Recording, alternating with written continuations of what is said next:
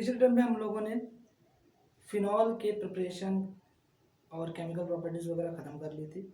ठीक, अब हम लोग यहाँ पे अल्कोहल फिनॉल ईथर में लास्ट टॉपिक स्टार्ट करने जा रहे हैं। ईथर ईथर इस पूरे चैप्टर में सिंपल टॉपिक है, इसकी केमिकल रिएक्शन और प्रिपरेशन ज़्यादा कठिन नहीं है, सिंपल सा टॉपिक है। चलो स्टार्ट करते हैं पहले इंट्रोडक्शन से। जैसे इंट्रोडक्शन में आपको लिखा है कि ये जैसे कोई वाटर मॉलिक्यूल है। अब अगर वाटर मॉलिक्यूल के हाइड्रोजन को एक एक करके एल्किल ग्रुप से अगर रिप्लेस करते जाएंगे तो रिप्लेस करने में क्या होगा कि एल्किल ग्रुप दोनों तरफ आ जाएगा और जो मिलेगा, मतलब वाटर मॉलिक्यूल के दोनों H को रिप्लेस कर देंगे एल्किल ग्रुप से या एरिल ग्रुप से, तो जो मिलेगा वो हमारा क्या होगा, ईथर होगा। अब अगर हम बात करें टाइप्स ऑफ ईथर की, तो ईथर हमारे 4 टाइप्स के होते हैं। एक सिमेट्रिकल, एक अनसिमेट्रिकल, एक एलिफैटिक और एक एरोमेटिक। बात करें सिमेट्रिकल ईथर की, तो जो ऑक्सीजन है ईथर में, देखो आप दिख रहा होगा ऑक्सीजन, अगर ऑक्सीजन के दोनों तरफ सेम एल्किल ग्रुप है या सेम एरिल ग्रुप है तो उसे हम लोग कहते हैं सिमेट्रिकल ईथर। लेकिन अगर दोनों तरफ ऑक्सीजन के अलग अलग है तो हम लोग कहेंगे उसे अनसिमेट्रिकल ईथर। जैसे कि देखो यहाँ पे दोनों तरफ CH3 है, दोनों तरफ C2H5, यहाँ पे एक तरफ CH3 एक तरफ C2H5, यहाँ एक तरफ मेथिल एक तरफ फिनिल, तो ये हमारे कैसे हो गए, अनसिमेट्रिकल, और ऊपर वाले हो गए सिमेट्रिकल। थर्ड यहाँ पे हेडिंग है एलिफैटिक ईथर। एलिफैटिक का मतलब है कि ऑक्सीजन के दोनों ओर केवल एल्किल ग्रुप ही जुड़ने चाहिए, भले ही वो एक जैसे हो या फिर अलग अलग हो। ठीक है, तो यहाँ पे आपको दिख रहा होगा कि दोनों तरफ हमारे केवल और केवल एल्किल ग्रुप ही जुड़े हुए हैं, जिसके कारण इसका नाम पड़ा क्या, एलिफैटिक ईथर। इसी तरीके से हमारा नेक्स्ट हमारा जो टाइप है वो है एरोमेटिक ईथर। एरोमेटिक का मतलब यहाँ पे ये है कि या तो एक तरफ या तो दोनों तरफ एरोमेटिक, मतलब कोई ना कोई एरोमेटिक कंपाउंड एरिल ग्रुप जोड़ सकते हैं। इसलिए देखो इसमें आपका एक बेंजीन जुड़ा है और आप इधर चले जाओ दोनों तरफ बेंजीन जुड़े, या कह सकते हो फिनाइल ग्रुप जुड़े। तो अगर किसी भी एक तरफ या दोनों तरफ कोई भी एरिल ग्रुप जुड़ गया, बेंजीन रिंग कोई जुड़ गई, तो इसका मतलब वो क्या होगा, वो एरोमेटिक ईथर होगा। अब हम लोग चलते हैं इसके प्रिपरेशन पर कि मेथड ऑफ प्रिपरेशन इसके क्या है। तो अगर हम मेथड प्रिपरेशन चले तो पहला हमारी जो मोस्ट फेमस रिएक्शन हम लोग पहले हेलो एल्केन हेलो एरीन में पढ़ भी चुके हैं, विलियमसन सिंथेसिस। क्या करते हैं हम लोग, किसी भी सोडियम एल्कोक्साइड की रिएक्शन हेलो एल्केन से कराते हैं तो हमारा क्या मिलता है, ईथर मिलता है। ठीक, मतलब सोडियम एल्कोक्साइड या फिर सोडियम फिनॉक्साइड, इसकी रिएक्शन किसी भी हेलो एल्केन से कराएंगे और हीट करेंगे तो हमको मिलेगा या तो एलिफैटिक ईथर या तो एरोमेटिक ईथर। तो आप ये रिएक्शन देख रहे हैं, ये रिएक्शन आपकी प्रोसीड होती है SN2 मैकेनिज्म द्वारा। अभी आप लोगों ने हेलो एल्केन हेलो एरीन में 2 पढ़े होंगे रिएक्शन, एक SN1 और एक SN2। तो ये रिएक्शन SN2 द्वारा प्रोसीड होती है, मतलब इसमें SN2 मैकेनिज्म लगती है। SN2 का मतलब है substitution nucleophilic reaction of first order, या sorry second order, substitution nucleophilic reaction of second order. ठीक, अच्छा, जो विलियमसन सिंथेसिस है, ये जो रिएक्शन है इससे हमारे सिमेट्रिकल और अनसिमेट्रिकल दोनों टाइप के ईथर बनते हैं, मतलब इस टाइप का ईथर बनता है और इस टाइप का ईथर बनता है। लेकिन एक कंडीशन आपको यहाँ पे लगानी पड़ेगी।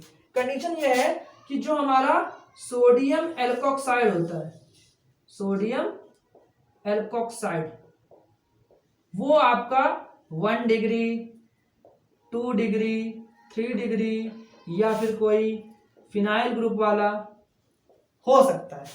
लेकिन अगर आपने हेलो एल्केन की बात करी, मतलब हेलोजन वाले कंपाउंड की बात की, तो ये डेफिनेटली 1 डिग्री होना चाहिए। किसके लिए, अनसिमेट्रिकल ईथर बनाने के लिए। अगर आपको अनसिमेट्रिकल ईथर बनाना है तो सोडियम एल्कोक्साइड या सोडियम फिनॉक्साइड भी ले सकते हो, लेकिन एल्कोक्साइड में 1 डिग्री 2 डिग्री 3 डिग्री में कोई भी ले लो, या फिनाइल ग्रुप वाले ले लो जैसे ये दिखा है। लेकिन आपको जो हेलो एल्केन लेना है वो कौन सा लेना है, प्राइमरी वाला ही लेना है, तभी आपकी अनसिमेट्रिकल ईथर बनने की प्रोसेस अच्छी तरीके से हो पाएगी। क्योंकि SN2 का मतलब है कि रेट डिटरमाइनिंग स्टेप में दोनों पार्टिसिपेट करें, और दोनों पार्टिसिपेट तभी करेंगे जब इसका जो मिलने वाला जो कार्बोकेटायन है वो रिएक्टिव ज्यादा होगा, स्टेबल कम रिएक्टिव ज्यादा।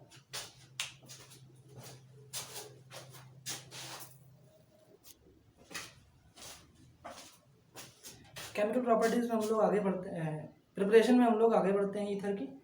तो यहाँ पे हमारा सेकंड प्रोसेस है सिल्वर ऑक्साइड से कैसे प्रिपेयर करेंगे। तो इसमें हम लोग किसी भी हैलो एल्केन की रिएक्शन हम लोग कराएंगे सिल्वर ऑक्साइड से और गर्म कर देंगे। तो पता होगा सभी लोगों को कि सिल्वर का अगर हैलोजन से रिएक्शन होती है तो रिएक्शन बहुत जल्दी होती है, मतलब वो हैलोजन से जुड़ने की जल्दी फिराक में रहता है।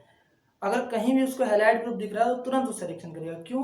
क्योंकि जो बनने वाला प्रोडक्ट होता है हैलोजन के साथ सिल्वर का, उसकी सॉल्युबिलिटी प्रोडक्ट बहुत कम होता है, और जिस भी प्रोडक्ट का सॉल्युबिलिटी प्रोडक्ट सबसे कम होता है उसके बनने की रेट सबसे ज़्यादा होती है, मतलब वो बहुत जल्दी स्पीड से बनेगा। इसलिए यहाँ पे क्या होगा, सिल्वर ब्रोमीन के साथ रिएक्शन करके सिल्वर ब्रोमाइड बना देगा और हमको ईथर मिल जाएगा। इसके बाद अल्कोहल से प्राप्त करेंगे।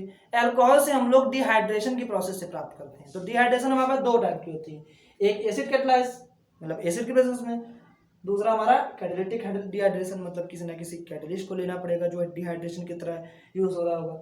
ये दोनों रिएक्शन हम लोग पिछले अल्कोहल की केमिकल प्रॉपर्टीज में भी पढ़ चुके हैं। तो जैसे मान लें कोई एथिल अल्कोहल है, इसको कंसंट्रेट सल्फ्यूरिक एसिड के प्रेजेंस में 140 डिग्री सेल्सियस टेम्परेचर पे गर्म करेंगे तो हमको मिल जाएगा क्या, ईथर। लेकिन अगर हमने टेम्परेचर इतना कर दिया 523 लेना पड़ेगा हमको, अगर आपने कैटलिस्ट लिया है एल्यूमिना। अगर आपने एल्यूमिना कैटलिस्ट लिया है तो आपको फिनॉल को ईथर बनाने के लिए 523 केल्विन टेम्परेचर लेना पड़ेगा, तब जाके आपको ईथर मिलेगा। अगला रिएक्शन हमारा है बाय डायएजोमेथेन। डायएजोमेथेन ध्यान रखना है, वो प्राइमरी और सेकेंडरी अल्कोहल से ही रिएक्शन करके ईथर बनाता है। टर्शरी अल्कोहल से रिएक्शन इसकी नहीं होती है, क्योंकि टर्शरी अल्कोहल में 3 आपके एल्किल ग्रुप आ जाते हैं, तो हिंड्रेंस के कारण वो वहां पे जाके जुड़ नहीं पाता है। ठीक है, तो यहाँ पे प्राइमरी और सेकेंडरी अल्कोहल की अगर हम डायएजोमेथेन से रिएक्शन कराएंगे, आपको कैटलिस्ट लेना पड़ेगा HBF4। ठीक है, तो आपको मिल जाएगा क्या, ईथर, और N2 गैस रिलीज हो जाएगी। लास्ट प्रिपरेशन हमारी है ग्लिग्नॉर्ड रिएक्शन। किसी भी ईथर के हेलो डेरिवेटिव की रिएक्शन अगर हम ग्लिग्नॉर्ड रिएक्शन से कराते हैं तो हमको सेकंड ईथर हमको कोई मिलेगा। मतलब ये प्रिपरेशन क्या है, ईथर से ईथर बनाने की प्रिपरेशन है कि किसी भी ईथर का कोई हैलाइड डेरिवेटिव ले लिया, हेलो डेरिवेटिव, और आपने अगर ग्लिग्नॉर्ड रिएक्शन से रिएक्शन कराई तो आपको क्या मिला, ईथर मिल गया। अब हम लोग आते हैं इसकी फिजिकल प्रॉपर्टीज पे। फिजिकल प्रॉपर्टीज में ध्यान रखना है, जितने भी हमारे इसके लोअर फैमिली होते हैं, मतलब कम कार्बन वाले ईथर होते हैं, वो जनरली गैसेस फॉर्म में होते हैं। और अगर हम लोग हायर कार्बन चले जाए, मतलब ज्यादा कार्बन वाले ईथर की तरफ चले जाए, तो ये हमारे लिक्विड नेचर के होते हैं। इसमें जितने भी लोअर फैमिली वाले होते हैं, कम कार्बन वाले ईथर होते हैं, वो वॉलेटाइल होते हैं। वॉलेटाइल का मतलब इनकी वेपर बनती है और जल्दी से ज्वलनशील होते हैं, मतलब फ्लेमेबल होते हैं, ये जल्दी से जल सकते हैं। तो इसके बाद हम लोग अगर हम इसकी डेंसिटी की बात करेंगे तो डेंसिटी में क्या है कि जैसे अगर इसके कार्बन संख्या बढ़ाते जाएंगे, मॉलिक्यूलर इसका मास बढ़ता जाएगा, तो डेंसिटी भी बढ़ती जाएगी। अब बात करते हैं सॉल्युबिलिटी की, वाटर सॉल्युबिलिटी की। तो बताया था फिनॉल अल्कोहल में क्या होता है, फिनॉल अल्कोहल में हाइड्रोजन बॉन्डिंग होती है वाटर के साथ, इसके कारण ये वो जो फिनॉल अल्कोहल थे वो वाटर में सॉल्युबल थे, लेकिन इनकी हाइड्रोजन बॉन्डिंग नहीं होती है, जिसके कारण ये आपके वाटर सॉल्युबल नहीं होते हैं।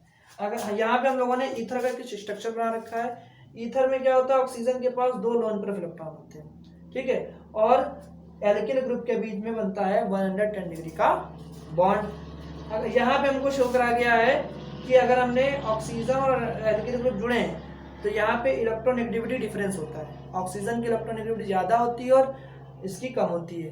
तो ये हमारा दिखाया गया डायपोल मोमेंट वेक्टर।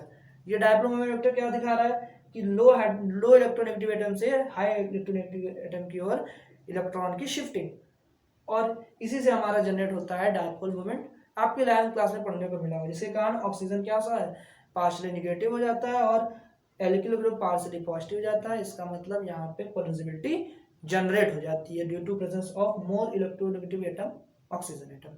ठीक, अब बची हमारी केमिकल प्रॉपर्टीज। वो केमिकल प्रॉपर्टीज हम लोग नेक्स्ट वीडियो में डिस्कस करेंगे। इसके बाद ये चैप्टर मोस्टली फिनिश